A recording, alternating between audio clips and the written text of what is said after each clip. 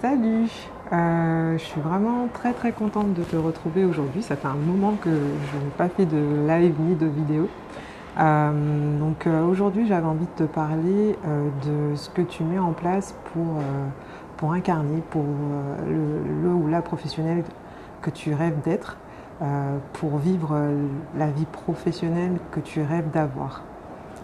Cette semaine, je suis en stage méta à Nantes, donc au lab, dans un lieu magnifique. D'ailleurs, je vais essayer de te montrer ça. Donc, c'est vraiment génial comme lieu. Donc, une semaine de stage méta avec 19 personnes, bon, on ne voit pas là, 19 personnes qui ont décidé de se reconnecter à qui elles sont, à leur identité profonde. Donc je co-anime ce stage avec Flora, la créatrice de la méta, et 3 autres méta coachs. Et c'est vraiment ultra nourrissant et challengeant comme semaine, puisqu'en fait j'apprends énormément. C'est un espace d'entraînement aussi, puisque je rencontre des profils, des personnes que je n'ai pas l'habitude de côtoyer. Ça me permet de pratiquer la méta dans des contextes ou dans des conditions que je... Alors, ça me dit que je me reconnecte. Oui, donc je disais, ça me permet de pratiquer la méta dans des conditions qui ne sont pas celles que moi je connais habituellement, de voir pratiquer par d'autres personnes et de pouvoir du coup m'en inspirer, de venir remettre en question ou en tout cas challenger la méthode que moi j'utilise. Tout ça, ça m'ouvre plein de perspectives, ça me donne de nouvelles idées pour les prestations que je propose, la façon dont je vais les amener, la façon dont j'en parle, à qui j'en parle. Bref, c'est un champ du coup d'exploration assez ouf. Du coup, ça m'a donné à réfléchir sur la façon dont toi tu travailles, quelle stratégie tu mets en place en fait pour pouvoir tout simplement devenir le professionnel ou la professionnelle que tu rêves d'être.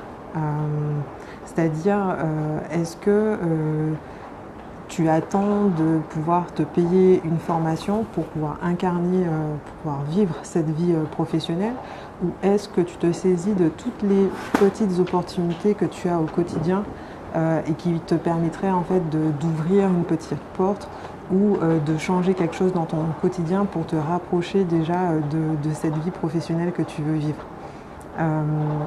C'est vrai qu'on parle souvent de la formation pour améliorer ses compétences, mais il y a plein de choses en fait qu'on peut mettre en place dans son quotidien pour déjà progresser, pour avancer, pour mettre en place de nouvelles choses et se challenger pas à pas. Donc, alors qu'est-ce que ça peut être? Moi, par exemple,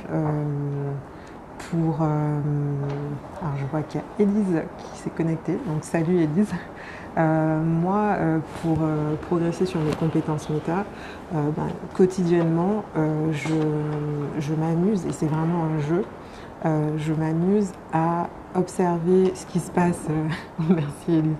Je m'amuse à observer ce qui se passe autour de moi et à lister tout ce que j'ai pu observer. Donc ça me permet de m'entraîner à mettre de la conscience sur toutes les informations que je capte. Alors c'est super intéressant pour la méta, salut Laurent, mais c'est aussi super intéressant pour le quotidien, pour se rendre compte de tout ce qu'il y a autour de nous, pour au niveau professionnel, pour être attentif à tout ce qui se passe dans ton environnement. Si par exemple tu es manager, pour pouvoir capter ce qui va se passer dans ton équipe, puisque tout ce qui est du domaine du langage non verbal ou de l'humeur ou du moral de ton équipe, ce sont des informations qui sont cruciales pour maintenir l'engagement par exemple. Et si tu n'es pas en mesure d'aller capter ces informations qui ne sont pas verbalisées, ce sont autant d'occasions que tu perds de pouvoir maintenir un lien, maintenir l'engagement, maintenir la motivation de ton équipe. Donc du coup, je regarde mes notes. Du coup, voilà, je me suis demandé dans quelle posture tu étais dans ton quotidien professionnel. Est-ce que tu es plutôt en attente d'opportunités ou est-ce que tu te les crées en fait? Est-ce que tu sais tirer profit en fait de tout ce qui se présente pour ensuite le rebasculer, le réinvestir dans ton projet ou pas? Par exemple, je me souviens, je dis n'importe quoi, tu participes à une discussion avec des amis. Un de tes amis, enfin, on va dire que c'est un de mes amis, m'interpelle sur telle ou telle situation qu'il vit au boulot. Moi, ça m'arrive très régulièrement d'utiliser en fait la façon dont cet ami va parler de sa problématique ou la problématique elle-même pour ensuite la réinvestir soit en partir pour écrire un article ou pour créer ou nourrir en fait ma réflexion sur les prestations que je vais proposer. Voilà, donc tout ça c'est parti d'une discussion que j'ai eue avec des amis. Mais si tu es dans cet état d'alerte en fait en permanence, tu n'as pas besoin d'attendre de pouvoir te payer ta formation à 10 000 euros pour continuer de progresser ou te créer des opportunités en fait sur ton projet ou sur ton aventure professionnelle.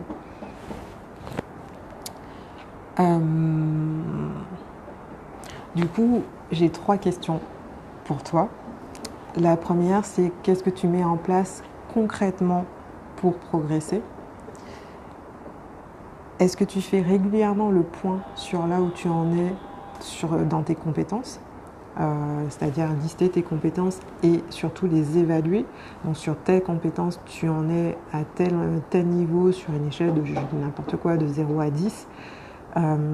Donc faire le point sur là où tu en es et du coup à partir de ça pouvoir définir en fait tes axes d'amélioration et tes axes prioritaires, ce sur quoi tu mets vraiment le focus. Et ensuite, quelle est ta posture au quotidien? Est-ce que tu es plutôt en mode j'attends ou en mode je crée les opportunités? Voilà, ça ce sont mes questions pour toi. Surtout n'oublie pas de m'y répondre soit en commentaire en me disant ce que tu mets en place, ce que tu fais ou ce que t'inspire toutes ces questions. Et du coup, je te dis à très très bientôt. Bye.